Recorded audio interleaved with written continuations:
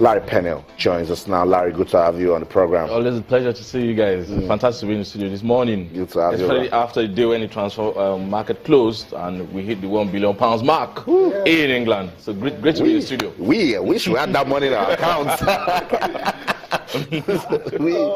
But you heard the Minister for Youth and Sports. What's your take on all of this going on?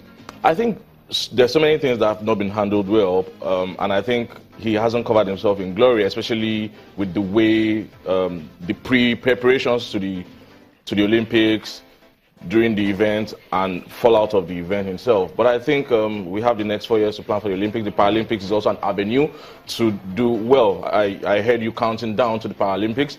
Last time out in London, we actually won 6 gold medals, which is our best Paralympics to date. So he could actually try and see if we can do better in that regard. But I would love to reserve my comments really on the minister. Okay. Well, you talked about architecture. You talked about architecture and stuff. He's trying to develop now. Today, now the Sports Reform Committee, we will be meeting with them today. They're going to submit the final report to him. So I think it's going to pick issues, from them, because he said he took a look at he had to take a look at the report, and most of the things he found out is the reformation of the different federations and all. So we should be looking at that. How he's going to do that, restructure the sport, focus on grassroots, federation focusing on elite sports and some other issues. I think he knows what to do. So you really need to actually restructure the federation, make them more functional, funds coming in regularly, and how they can even privatize themselves. I mean, not just wait for government funds alone and everything. When the fund is coming, it's going to be for development. And of course, when other sources are coming, you know what you're going to use it for. So it's a lot of work. It's a lot of work, I don't envy him at all. So that's why it says, you're calling for my head. I'm not the problem, Nigerian sports. It's been there. But it's just that this was really bad because of preparations for the Olympics. Maybe that's the reason. I know. Okay, the show must go on. We're counting down to the 2016 Paralympic Games. 5 more days to go. Team Nigeria expected to leave today. You heard Larry say we did well at the London 2012 Paralympic Games. We're hoping to get better. So let's see how the Ministry for Youth and Sports, particularly you also, in your own way, you can support these athletes as they go to compete in Rio. Let's get updates on the Super Eagles now. Larry, let's go to Rio. They played a test game against Aqua United. This new coach, this rebuilding process, how are you taking it? I think they're taking it in their own stride, but I'm watching from the outside and I'm excited that all of the lads are together. Victor Moses somewhat chooses the games to play for Nigeria, but it's good that he's in camp.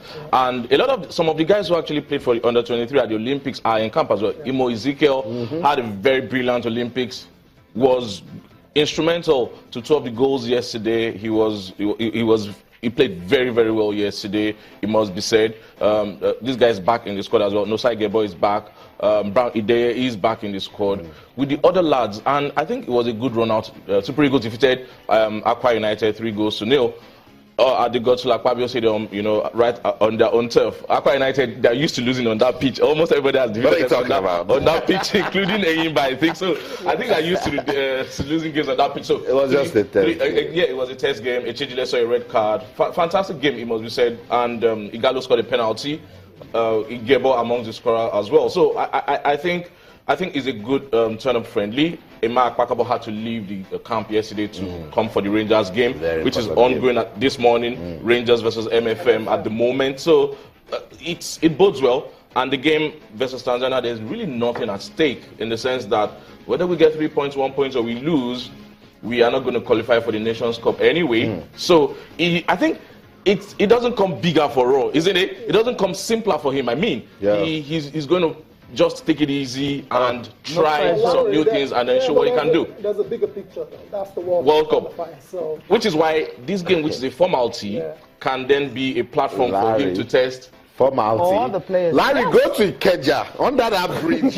What they're talking about. Go there and tell them this game is soft and it's a formality. If our qualification for the next Nations Cup was hinged on this game, we would have said there was something at stake. There would have been a lot of pressure and everything. there are not even mad bonuses for this game. Even if they win the NFF, so to speak, they're in dire straits in terms of funds. So it then suggests that I think Ross should just take it easy, learn a thing about these guys. Jamio Alimi was in the center of the defense yesterday.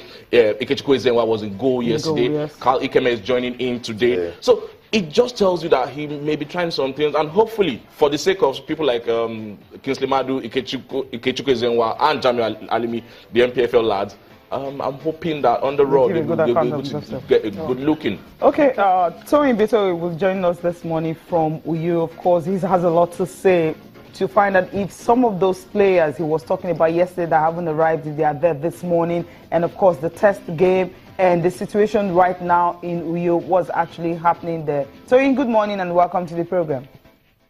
Hey, Susie. Good morning. Thank you for having me. Yeah, good to have you. Okay, right now, you talked about the fact that some players were not in camp. Do we have them right now in camp? One of the three that wasn't in camp yesterday, I joined up later in the day.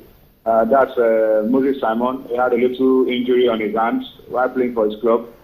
That was why he had a delay in coming. But he has joined camp, so we are only expecting Carl Ikeme and Kingsley Madu to join us today. So we have 21 players in camp, and I think that's a good number. You can only dress a team for a game, 11 starting, and then you need 3 substitutes. So I think we have enough numbers to prosecute the game. But as you guys are saying, it's not so much about the Tanzania game. It's a lot more about the World Cup qualifier starting in October. Our away game to Zambia. But it's also important for our new manager, General Rowe, to start with a win for confidence and then build up a momentum that will take into our World Cup qualifying matches. And for the players, an opportunity to show the new man that their call up isn't a fluke and that it is deserved, and that they want to stay in the national team for a very, very long while. So there's a lot in it for everybody.